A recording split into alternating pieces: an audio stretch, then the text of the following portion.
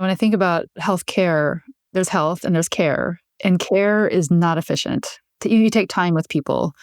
And if you engineer your system for maximum efficiency, you're not taking care of people. You're not pausing to give somebody a little extra time when they need it. On the patient side, on the radiologist side, if you're being super efficient, you're reading studies as fast as you can, and that's a recipe for burnout. That's a recipe for making errors. So I think efficiency is a little bit of a Goldilocks measure where you don't want too much, you don't want too little. You got to find just the right spot where you're not wasting time, but you're also not rushing. Welcome to Frame by Frame, Rethink Imaging, a podcast by Imalogics.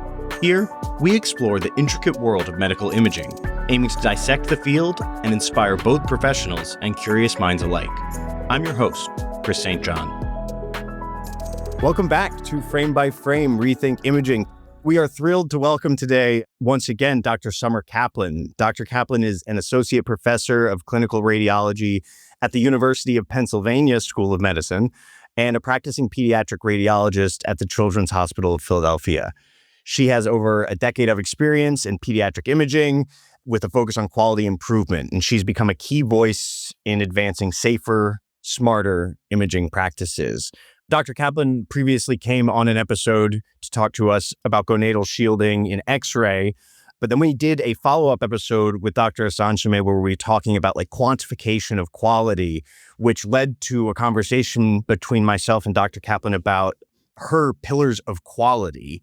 And so before we get into the pillars, I really want to just try and talk about the benefit of imaging. And I'm curious, to you, what is the most important lens? Is there a most important lens to evaluate the benefit of imaging today? Yeah, thanks, Chris. It's great to be back with you. So I think that the benefit of imaging it's tremendous. I mean, it's a huge benefit to patients, to clinicians who are trying to find answers for diseases, conditions. I mean, I think that the huge growth in the use of imaging in the past 30 years, 40 years, 100 years, that speaks for itself as to how much people value being able to use medical imaging. We're visual creatures. We like to literally see what's going on. So having a picture that shows the inside of the body is super valuable for patients, for clinicians. So I think the growth in just the use of imaging speaks to its benefit. And what is the lens that you think about that benefit? Is there a particular framework when you're thinking about it? Yeah, I mean, so you really think about what does it add to patient care? Patients come to see the doctor, to the ER with a problem, a question, and it's a job and the goal of the care team to provide answers and then to provide help for whatever's troubling the patient. So, in diagnostic radiology, we're a huge part of providing answers. Is there pneumonia or not? Is there appendicitis or not? Is there cancer or not? And having a picture proves one way or the other in many cases whether the problem is there or not. And so the benefit to peace of mind if you can rule out a cancer, the benefit to helping patients get better if you can diagnose an appendicitis and then send them on for appropriate treatment. So really, how does imaging help the patient either put their mind at ease or get better? That's really kind of the lens that you think about in terms of how to say what the benefit of imaging is. Right. And so I was far be it from me to jump in and get ahead of you. And are we saying pillars of quality? Is that the terminology you like to use? Yeah. So the pillars of quality, which I didn't make up, I wish I could take credit for it, but it was developed in the early 2000s, over 20 years ago now, by the Institute of Medicine, which is a large group of doctors and policymakers thinking about how to improve healthcare.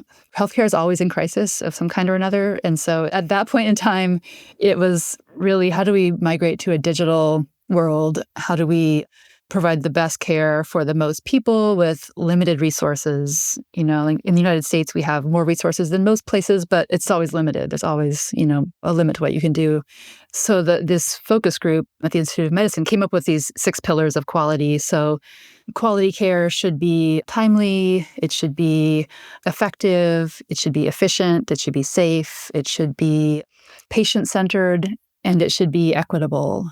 So those are lofty goals, and we all want that.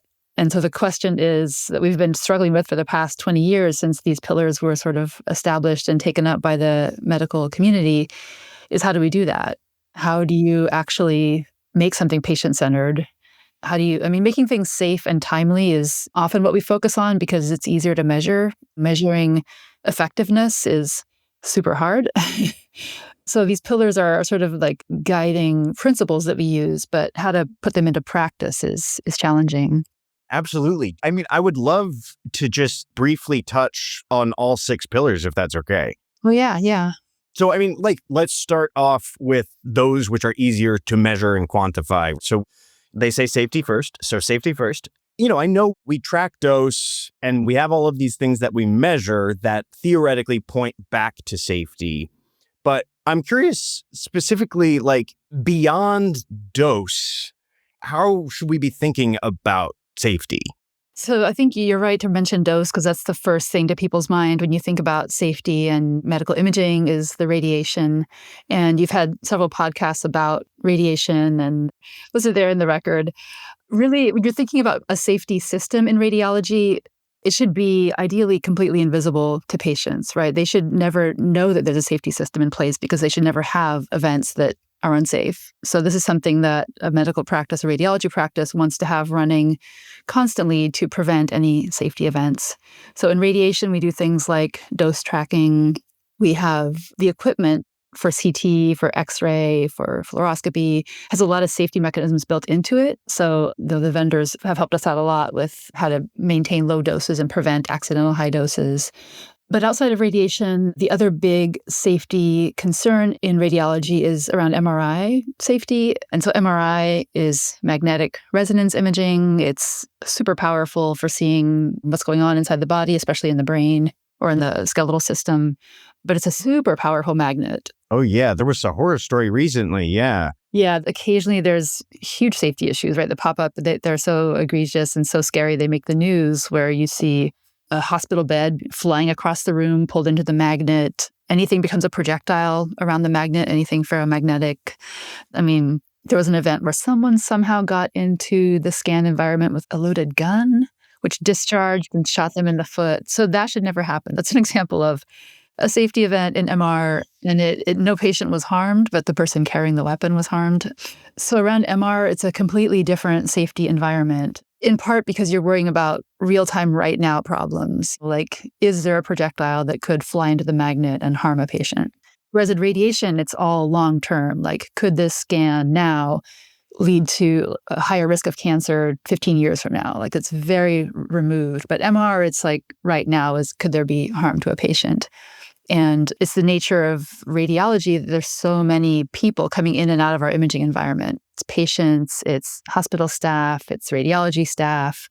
And so making sure that everybody knows how to be safe in the MR environment, it's a big task that we struggle with. So there's MR safety. And then I think the other safety issue is around just making sure that patient information is kept confidential, making sure that you're doing the right body part. Want to scan someone and find out, oh, that was actually the left leg we meant to scan. So scanning the wrong body part is a safety issue as well. It's funny. It makes me think, this is a non sequitur, but there's a joke in the TV show 30 Rock where there's a kidney transplant happening and the doctor writes it wrong on the sheet. He's like, oh, no, I'm not giving him the kidney. He's giving me the kidney. And he pulls out the form and he goes, no, I don't need to change it. I'll just remember it's the opposite. And he looks at the form and he goes, opposite. And later in on the episode, they're like, no, he's giving me the kidney. And he's like, that's not what this form says. It's yeah. Fantastic show. Yeah, it's so good. Dr. Spachemin, right? Yes, exactly. Yes. One of the best doctor characters, in my opinion. Yeah, so don't do that. That's an example of unsafe practice. Yes, not being a Dr. Spachemin. Yeah. And I know we kind of glossed over dose, but I want to touch a little bit on we talk about cancer risk as this long-term statistical hypothetical, however you want to phrase it, whoever you are, whatever your views on it are. How do you weigh the safety trade-offs between over-imaging, under-imaging, especially in a pediatric setting? That's a great question. And some of your other speakers probably have gone into this a little bit, but there's really two different types of radiation risk. There's the long-term cancer risk, which is what people worry about. That's what makes the news. But there's also a more immediate risk, if at extremely high doses delivered, you can get radiation burns, you can get cataracts. So there are some things that are a little bit more immediate with radiation. And in diagnostic imaging, we are like 100 times, 1,000 times below the levels that cause that kind of harm. So when you think about how to balance the risk and the benefit, to each individual patient, the risk of a single scan for diagnostic purposes, you have a headache, like do you have a brain tumor, a scan, a head CT for that purpose poses almost negligible risk to an individual person. I think we start to worry when a person gets many scans. If you are getting a head CT every day for 2 months, your risk is going to increase. But then you balance that against, well, maybe you're in the ICU with traumatic brain injury and those scans are keeping you alive because they're checking to make sure that your intracranial pressure and anatomy is normal or is as normal as it can be. So I think that for each individual patient, it's kind of a different calculus of how the benefit outweighs the risks. Yeah, and I'm trying to decide if I wanted to ask a question about like measuring that, but I mean, it feels incredibly nuanced. I think, Dr. Sameh, who you had on earlier, gave such a great analogy of measuring radiation, and it really doesn't give you a sense of the value of the scan, right? Like he spoke about measuring calories doesn't tell you how good your food is. And so measuring radiation doesn't tell you how valuable the scan is. Measuring radiation is tricky because you can measure how much the machine is producing, but how much of that the patient receives, like they don't receive all of the radiation, right? There's some that falls around them. So they receive a fraction of what the machine produces. And then only a fraction of that radiation is going to cause the kind of cellular reaction that could predispose to cancer. So of the radiation that reaches the body, only a fraction of that may pose a cancer risk. And then the other wild card is each individual person has different genetics, different risks for cancer. And so in one person, you get, say, 5 of these cellular reactions and they can't repair them and they go on to develop cancer. And somebody else, their body eliminates those cells and they don't develop cancer. So it depends on individual genetics. It depends on the body part being irradiated, right? So some body parts are more sensitive.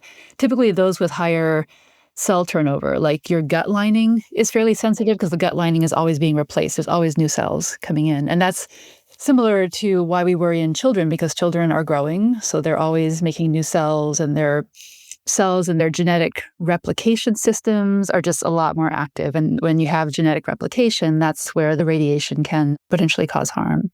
So that's why we worry more in children. And also because children have a longer lifetime over which to develop a cancer. If you give radiation to an 85-year-old, there's a good chance they might die of something else before they would develop a radiation-related cancer. But if you give that same radiation to a 5-year-old, theoretically, they have 80 more years of which to develop a cancer. Right, which I do not believe that is what you mean by timeliness, but I feel like that feels like a really good moment to transition to the next pillar where we talk about timeliness, which to some degree feels self-evident and self-explanatory, get the work done. But I'm trying to even figure out the best way to ask a question about timeliness as a pillar of quality. I can tell you some of the challenges we face with timeliness, and also it depends on whose perspective, right? So for patients, when you talk about timeliness, you want to arrive at your appointment and be seen at the time of your appointment. You don't want to be waiting around for an hour when you were supposed to be seen an hour ago. And then you also want your results to be timely, right? So you get your mammogram, you want to get the results as soon as possible. You don't want to wait 3 weeks for your results. So from the patient perspective, waiting time and then the answer, the report those are often the 2 key measures. I will say for some longer exams like MRI, where somebody's maybe laying in the scanner for an hour and a half for a complicated exam, that can also be a timeliness issue. Making the scans as short as possible benefits patients. It also benefits other patients because the shorter the scans, the more patients we can see. So when long exams can lead to longer delays in care for everyone. And for ordering clinicians, it's similar. I mean, the ordering clinicians are not as concerned maybe about the wait time. They don't experience that, but they want results in a timely way. And for radiologists, we like to get through our work. So if we have a long list of things on the, that we have to read, we try to be as timely as we can. And so making it possible for us to get the exams read in the time, like often there's a goal of certain turnaround time for reads. Being able to get our exams done in that time is what we're interested in. And making this all work requires systems to support it, right? You have to have staffing, you have to have check-ins in the clinics, you have to have, enough radiologists to get through the work. So it's a whole systems, way of thinking about how to get people their imaging in a timely way. Right. Which, especially nowadays where everybody is probably pretty understaffed to some degree and exam volumes are going up, up, up, up, which has benefit to it. Yeah, it's a very popular product we have. Yes. Right. Yeah, it's funny. I go to these meetings, where we try to figure out, how do we deal with this growing demand for our services? And we try to figure out ways to decrease the demand for our services, which is wild because, who wants to decrease their market, right? But we're limited. We can't scan everybody all the time, even though that might ultimately help. And I think I saw something published, they estimated scans were going up 6 to 8% a year, which I feel like that might even be a little low. And it's not like y'all are getting 6 to 8% more staff here. Right, for sure. Yeah, it's difficult. Our digital systems are so efficient, right? We're very efficient at getting scans done. So it's easier to order scans and to perform scans and then try to keep up with the demand, with the reads. Yeah. So, unless you have any other touch points on timeliness, honestly, I'd love to kind of gloss over it a little bit. Because while we're talking about that, we're talking about patient volumes, we're talking about capacity in some sort of context. The next pillar that I want to talk about, patient-centeredness, I feel like really ties into the narrative at this point. So what does a patient-centered approach to imaging even look like? Yeah, so that's, I would say, one of the most important pillars, and other pillars all lead into that. So in order to center on the patient experience, you want them to not wait around. You want them to not have a lot of distress when they're in the scanner, in pediatrics especially, working with kids so that they're not afraid of the scans is something that we do that would add into patient-centered care, having child life services, explaining to people what to expect for the scan. So it's really the care part of healthcare. How do you make sure that patients and families feel welcome, feel like they're in good hands? And so that's ultimately what we are trying to do. But how to measure that and how to ensure that we are providing patient-centered care is one of the more challenging things to measure. And we try to measure it with surveys. People, if you've been to the hospital or been to the doctor's office, people often get an email survey. How was your experience? And who has time to read emails and fill out surveys? People who are angry. People who are angry. And so you don't get necessarily the most realistic feedback. You get kind of biased feedback. You get worst case scenario feedback, I feel like. It's good to know. It's good to know, but it's not a really good representative measure of how we're doing. So it's a struggle, and it is the most important thing that we do.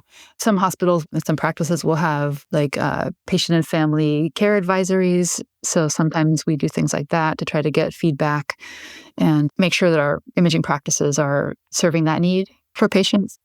I'm curious, obviously patients, I feel like it's so often on this show and just in general in healthcare talking about patients as a monolith, right? It's obviously they are not.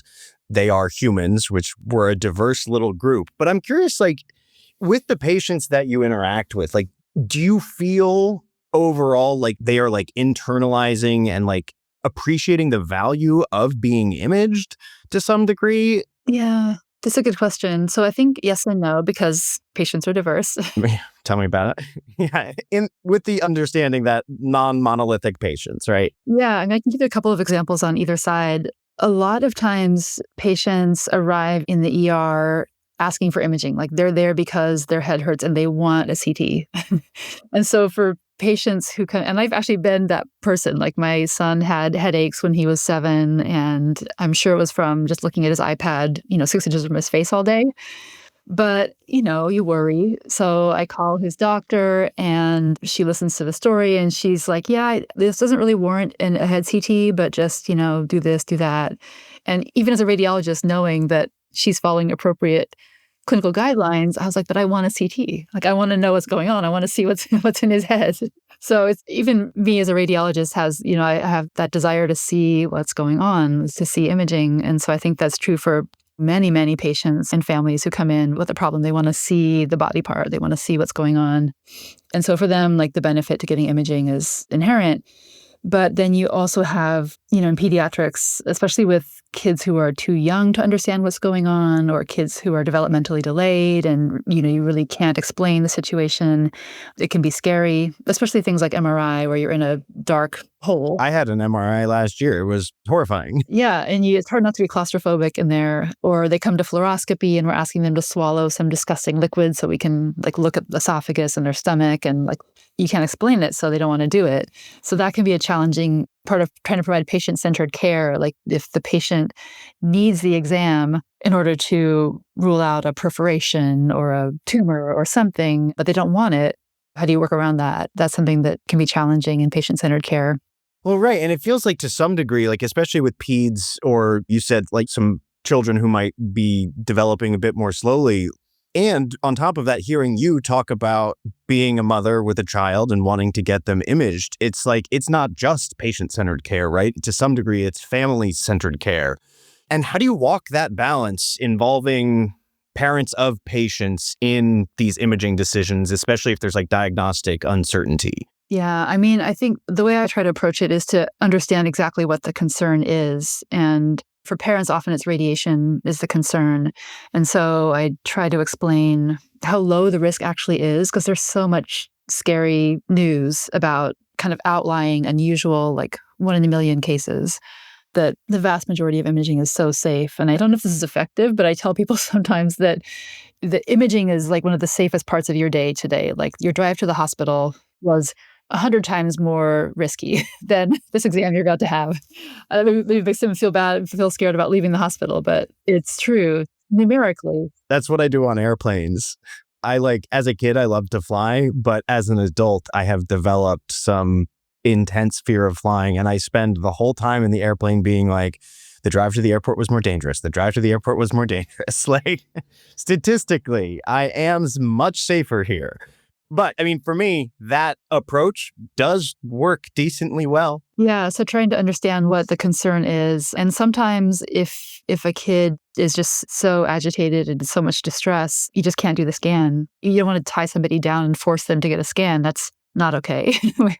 So do you reschedule? Do you bring in child life services? Do you need sedation? You kind of work through the problem. So sometimes patient-centered care means you can't do the exam that's requested at that time.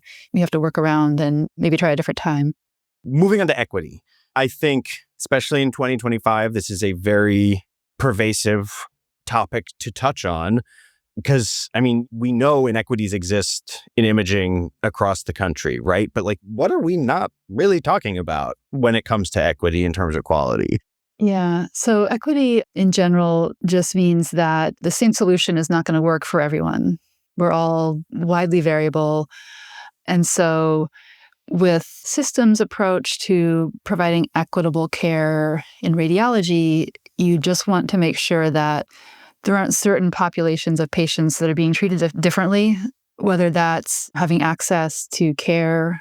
If you have 18 imaging centers and one of them has lower availability of appointment times or older imaging that breaks, the patients in that who go to that imaging center are not receiving the same care as other patients.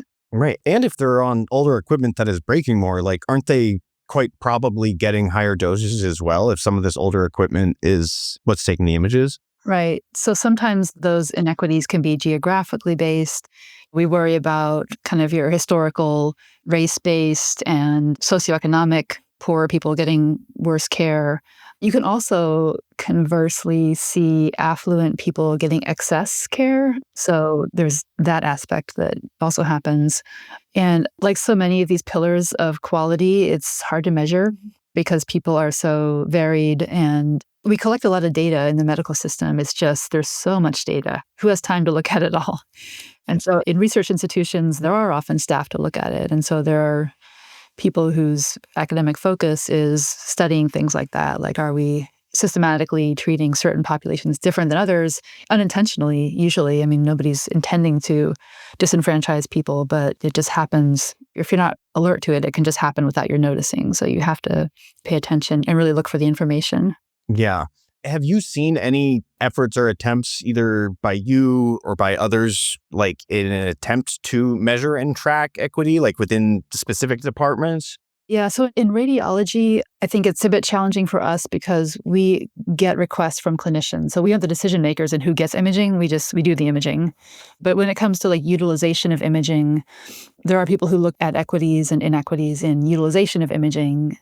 And there are clinical guidelines around use of head CT for headaches. And so there was a paper, and I hope I'm not going to misquote this, but there was a paper in the last few years looking at use of head CT in children with headaches in the ER. And like, is there a difference in terms of race, how often CTs are done? And it found that white patients are getting CTs more often than Black patients or Latino patients. And so that's identifying an inequity. And then the next question is, are the patients of color being under-imaged or the patients who are white being over-imaged? So that's a lot of research is like that. You ask a question and then it just raises, 18 more questions. But identifying race-based differences in how you're providing care is the first step. Because if you don't look, you don't know, and then you can't address it. Yeah. And how do we move from not just identifying inequity, but like, how do we start building systems that can address closing that gap? Yeah, I think, there are clinical practice guidelines that should be used. And that's always challenging too, because everybody's different. Maybe you're someone who doesn't fit the guidelines, but ensuring that there's kind of common practice guidelines that are used. It's interesting in radiology, we don't know people's race, right? I see an X-ray, a chest X-ray, like I have no idea if you're Black or white or if you're an immigrant or not. Like we just look at the picture. So in some ways, radiology is really blind to a lot of those things. As a radiologist doing the scan, I mean, the patients may have a different experience getting scanned, like the experience of coming to the hospital and how they're treated at the front desk or, there's so many steps that the patients go through that I, as a radiologist, don't really see or influence at all. But in terms of reading images, it's very blind to all those factors. Yeah, it's funny. I hope this joke is not inappropriate, but I think about like the folks who say like, oh, I don't see race, which is problematic in its own sense. But you literally do not see race, right? Like you literally don't. You're looking at a scan. You could guess based on a name, but like you could be wrong. You have no idea. Oh, it's literally black and white. It's like, no, I literally don't see race. Sorry, it's maybe off-color joke, but it's interesting nonetheless. Yeah. So I think when you talk about equities in radiology specifically, it's a lot of it's the patient experience that it's not really the medical part of the practice, but it's everything around that. Yeah. Let's hit efficiency. Is there such a thing as too much efficiency when it comes to imaging? I think so, because, when I think about healthcare, there's health and there's care, and care is not efficient. You take time with people. And if you engineer your system for maximum efficiency, you're not taking care of people. You're not pausing to give somebody a little extra time when they need it. On the patient side, on the radiologist side, if you're being super efficient, you're reading studies as fast as you can, and that's a recipe for burnout. That's a recipe for making errors. So I think efficiency is a little bit of a Goldilocks measure where you don't want too much, you don't want too little. You got to find just the right spot where you're not wasting time, but you're also not rushing. Right. And it's like, we need to be more efficient, but efficient at what? There's all these different pieces, right? Like efficient at getting the scan done, efficient at reaching a diagnosis, efficient at serving the patient. Like the balance feels tenuous at best. Yeah, and I think the best way to think about it is just not having a lot of waste in your system. Like, so patients shouldn't have to fill out the same paperwork twice. They should fill it out once, and then we have the information. I shouldn't be reading studies and bouncing back and forth and being distracted in a way that makes it hard for me to focus on my work. Right. And, you touched on like efficiency being focused on to the point where it maybe starts to impact care negatively. Like, have you ever come across a system that like just started getting way too efficient, that they just started missing the point, right? Yeah. I mean, outside of radiology, I think that's the most common patient complaint, right? Is the doctors don't take time with them. The doctor is typing on their computer, barely making eye contact. It's a 10-minute visit. And how can you get care in that time? In radiology, Well, I think the volume of studies is an example of how we're so efficient at taking an order, making an image, and then we have all these, we, the radiologists, become the bottleneck in being able to read the studies in a timely way. And I think as a radiologist reading studies, you can be, if your system is designed for efficiency to get as much work as possible in the shortest amount of time, that's not a good way to work long term. It's good for the bottom line, but it's not good for the radiologist. It's not good for the patients because you don't take time to look at the study and ask some questions and read about the patient. Yeah. And I want to respect your time today. So finally touching on effectiveness, right? How do you define whether an imaging exam was effective, right? Is it just diagnostic accuracy? Yeah. So aside from patient-centeredness, I think effectiveness is the most important pill. Well, safety, okay, they're all important, but effectiveness is really the core of what we do. And it's so hard to measure how effective you're being. And so I think, an accurate diagnosis is ultimately the most effective thing.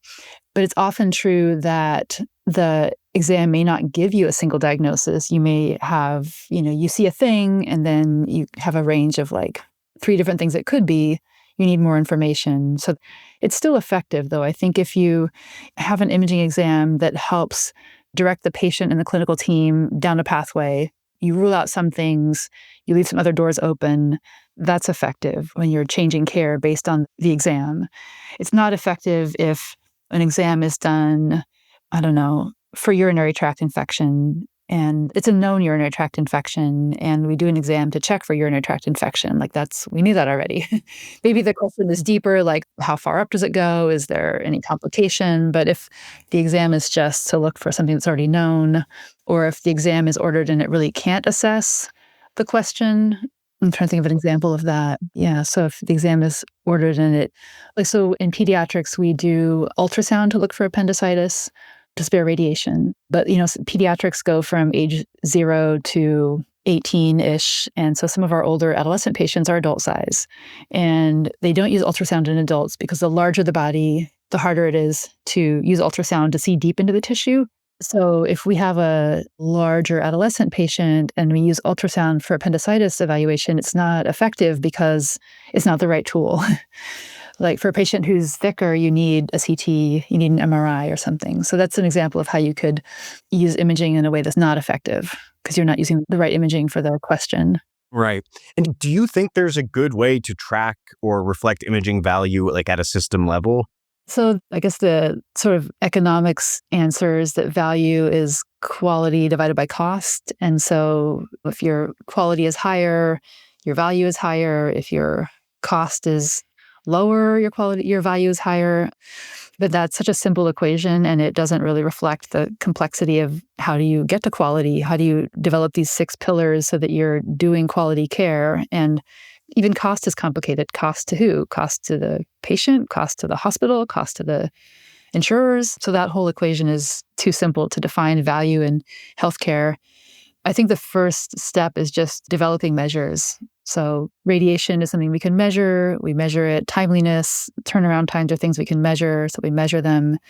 And it's a start, but there's so much more that's even more important to try to quantify in some way. And so that's the challenge. Yeah. I mean, is there a measure of effectiveness that you wish more health systems actually tracked? Yeah. So we have a lot of clinical guidelines. It's even more true in adults, but even in pediatrics, we have guidelines for practice. And I don't think there's any system that really measures how much they're followed.